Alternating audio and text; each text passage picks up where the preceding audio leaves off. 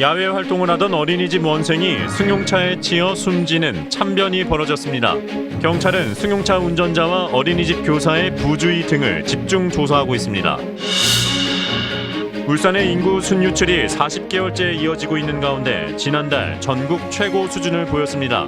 특히 20대 청년층의 유출이 심각했습니다. 울주군이 다음 달 3일부터 열리는 울산 옹기축제 활성화를 위해 안간힘을 쓰고 있습니다. 마을 내 폐업한 공장을 사들여 축제 때 적극 활용하고 인근 폐선 용지와 연계한 개발 계획도 추진 중입니다. 한국감정원의 1분기 상업용 부동산 임대 동향 조사 결과 울산 지역의 상가 임대료 하락률이 전국에서 가장 높은 수준인 것으로 나타났습니다.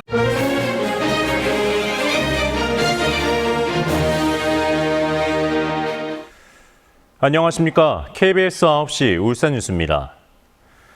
어린이집에서 단체로 산책을 하던 3살 배기 원생이 아파트 단지 안에서 승용차에 치여 숨졌습니다. 경찰은 운전자와 어린이집 관계자 등을 상대로 조사를 벌이고 있습니다. 남미경 기자입니다. 울산시 북구의 한 아파트 안 도로입니다. 아파트 단지 안에 어린이집에 다니던 3살 난 A군이 아파트 주민이 몰던 승용차에 치였습니다.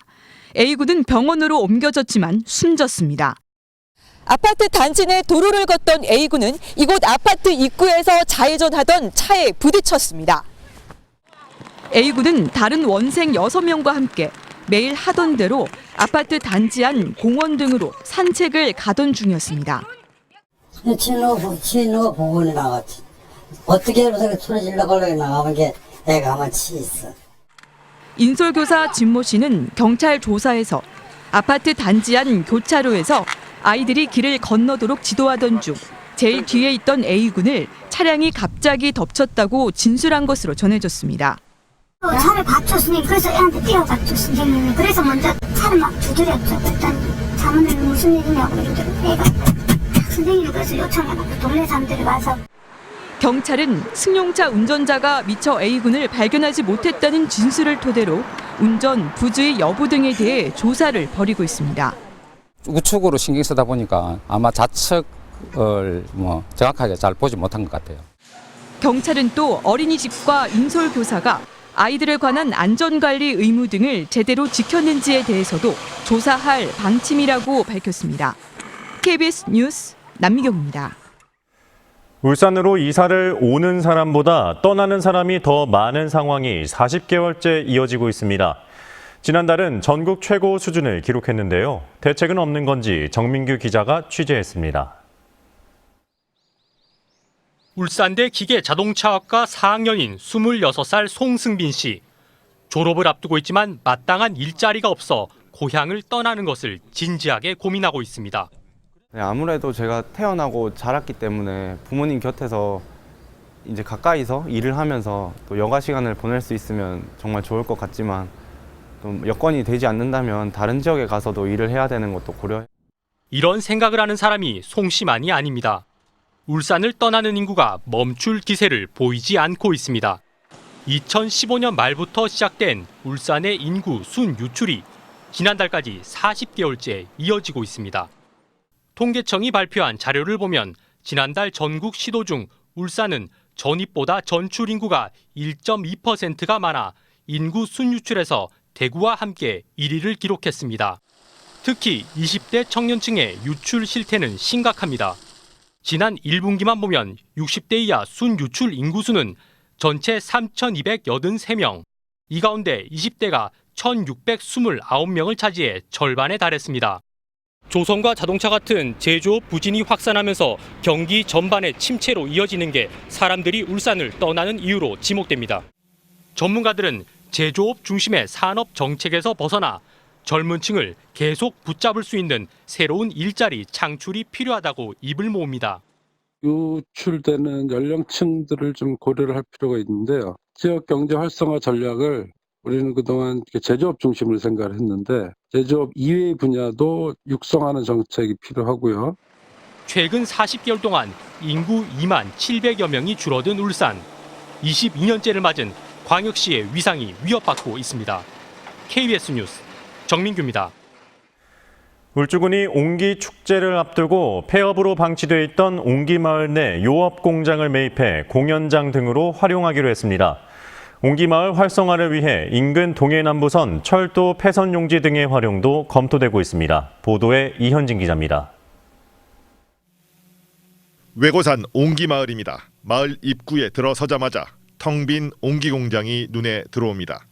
한때 옹기마을 내에서 규모가 가장 컸지만 경영난으로 2년 전 문을 닫은 뒤 방치되어 온 곳입니다. 울주군이 이 옹기 공장을 매입해 옹기마을 이미지 개선과 축제 활성화에 적극 활용하기로 했습니다.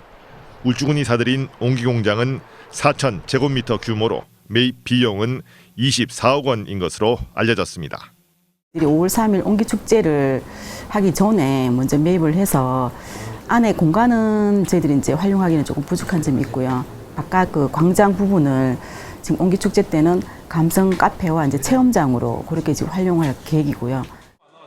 문화체육관광부 육성축제로 선정된 울산 옹기축제는 다음 달 3일부터 6일까지 나흘간 외고산 옹기마을 일원에서 열리는데 대표 프로그램인 옹기장날 구경오이소를 중심으로 각종 공연과 전시, 체험행사 등 54개 프로그램이 다채롭게 펼쳐질 예정입니다.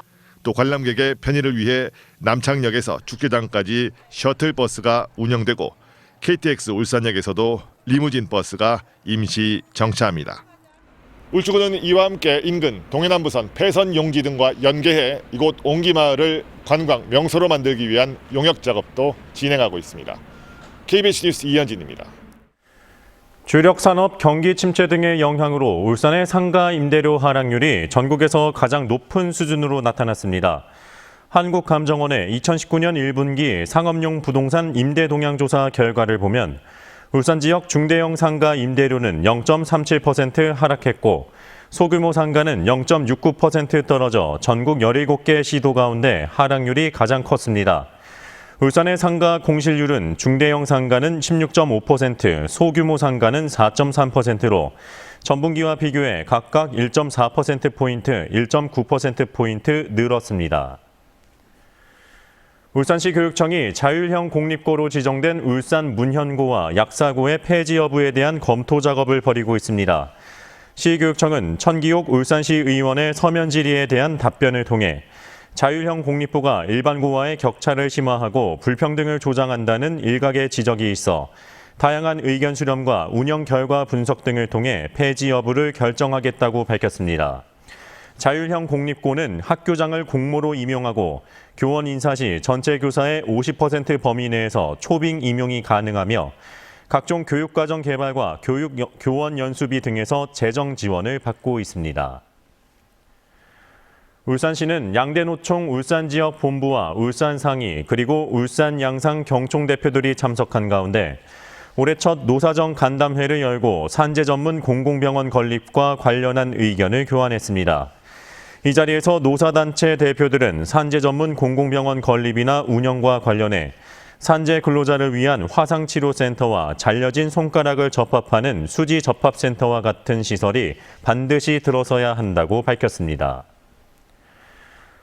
공공운수노조 울산대병원 분회는 학교 법인이 정당한 이유 없이 단체 교섭을 미루고 있다며 울산공업학원 정정길 이사장을 부당 노동 행위로 고발했습니다.